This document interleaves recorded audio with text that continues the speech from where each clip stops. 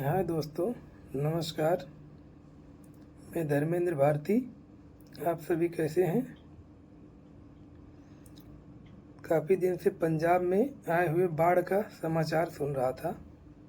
मन काफ़ी व्यथित है। वो छोटे छोटे बच्चे, वो हजारों लाखों बेघर लोग, न अन्न है, न पीने के लिए शुद्ध पानी। कई मर गए बेचारे, कई बाढ़ में अभी भी फंसे हुए हैं। लोग मदद कर रहे हैं, आखिर कितना करेंगे? पूरा पंजाब डूबा हुआ है। इस समय पूरा पंजाब बाढ़ के कहर से पीड़ित है और ये होना भी स्वाभाविक है। सरकारें टेंडर पर टेंडर दिए जा रही हैं। यहाँ के अरबपति जंगल काट रहे हैं। कहीं रोड चौड़ी हो रही है तो कहीं भूखलन हो रहा है, कहीं पहाड़ को तोड़कर टनल बनाया जा रहा है। विकास के नाम पर न जाने क्या क्या हो रहा है। तो यह सब होना तो स्वाभाविक है। आज मैं आप सबके सामने एक ऐसी प्राकृतिक आपदा पर अपने विचार रखना चाहता हूँ जिसने मानव जीवन, पशु पक्षी और हमारी धरती को बार बार प्रभावित किया है। यह आपदा बाढ़ है। बाढ़ केवल पानी भरने का नाम नहीं, यह बल्कि जीवन, संपत्ति और समाज पर गहरा असर डालने वाली स्थिति है। पहले उत्तराखंड, फिर हिमाचल प्रदेश और अब जम्मू कश्मीर और पंजाब। आखिर कब तक? जब कोयले की लत लगी तो धरती की पहली सांस घुटी। तापमान बढ़ा तो जलवायु ने करवट लेना शुरू किया। हमने धुइयों को विकास की चादर मान लिया। इसका कारण है जलवायु परिवर्तन, बेहिसाब निर्माण और जंगल कटाई। जंगल काट कर होटल बनाना, पहाड़ काट कर रास्ते बन रहे हैं। नेचर एक बिजनेस का सोर्स बन गया है। यह सब होना स्वाभाविक है। सभी जगह बादल फटना, नदियों में लेवल से ऊपर पानी आना कोई नेचुरल प्राकृतिक आपदा नहीं है। यह कोई नेचुरल प्राकृतिक आपदा नहीं है। यह जो हम सभी ने प्रकृति से छेड़छाड़ किया है, यह सब उसका नतीजा है। कोई किताब, कोई धार्मिक ग्रंथ कुछ काम नहीं आएगा।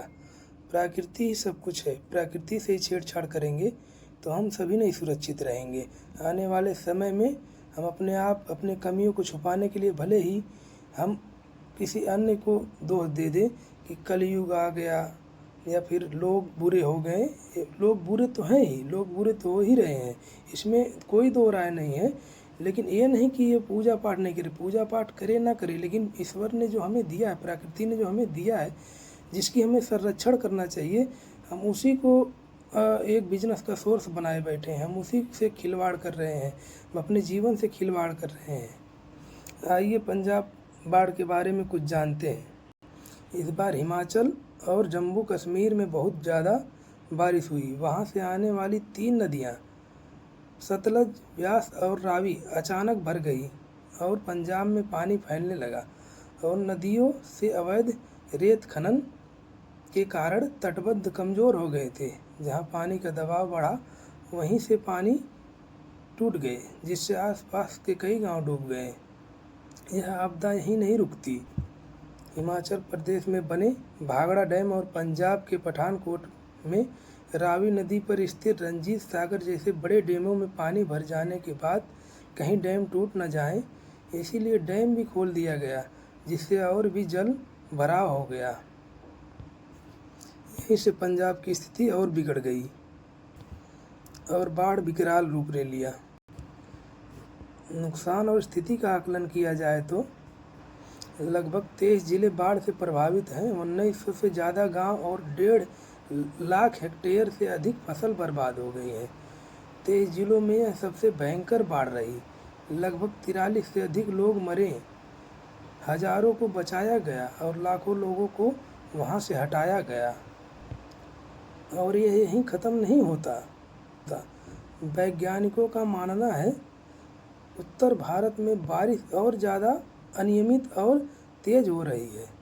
उनका कहना है कि भविष्य में ऐसे हालात और बढ़ेंगे। उत्तर भारत में आने वाले राज्य मुख्य रूप से हिमाचल प्रदेश, उत्तराखंड, पंजाब, हरियाणा, राजस्थान, उत्तर प्रदेश, दिल्ली, चंडीगढ़, जम्मू और कश्मीर तथा लद्दाख व राज्य और केंद्र शासित प्रदेश शामिल हैं। आगे क्या होगा कोई नहीं जानता। इंसान का जीवन मिलने के नाते आप सभी का दायित्व बनता है कि जब भी कोई ग्लोबल वार्मिंग के खिलाफ आवाज़ उठाए तो उस आवाज़ को बुलंद करिए और इस पे रोक लगाइए। पेड़ पौधे ये हमारे जीवन के लिए बहुत अहम रोल रखते हैं। चौड़ी सड़कें लेकर क्या करोगे जब जीवन ही नहीं बचेगा। अरबपति खरबपतियों को मत देखो मेरे भाई, हम सब क्या हैं। 2 वक्त की रोटी कमाने के लिए लोग अपना घर परिवार छोड़ के इधर उधर दूसरे राज्य में जाके नौकरी करते हैं। हमारा क्या होगा, हमारे जैसे लाखों करोड़ों लोग जो हमारे देश में, उनका क्या होगा, उनके परिवार का क्या होगा। आने वाले समय में स्थिति और भयावह होने वाली है। चलिए आप सभी को शुभ रात्रि। हमें रहते सावधान हो जाइए और बढ़ते हुए ग्लोबल वार्मिंग के खिलाफ आवाज़ उठाइए। धरती बचाओ, भविष्य सजाओ। जाते जाते आप सभी को धन्यवाद।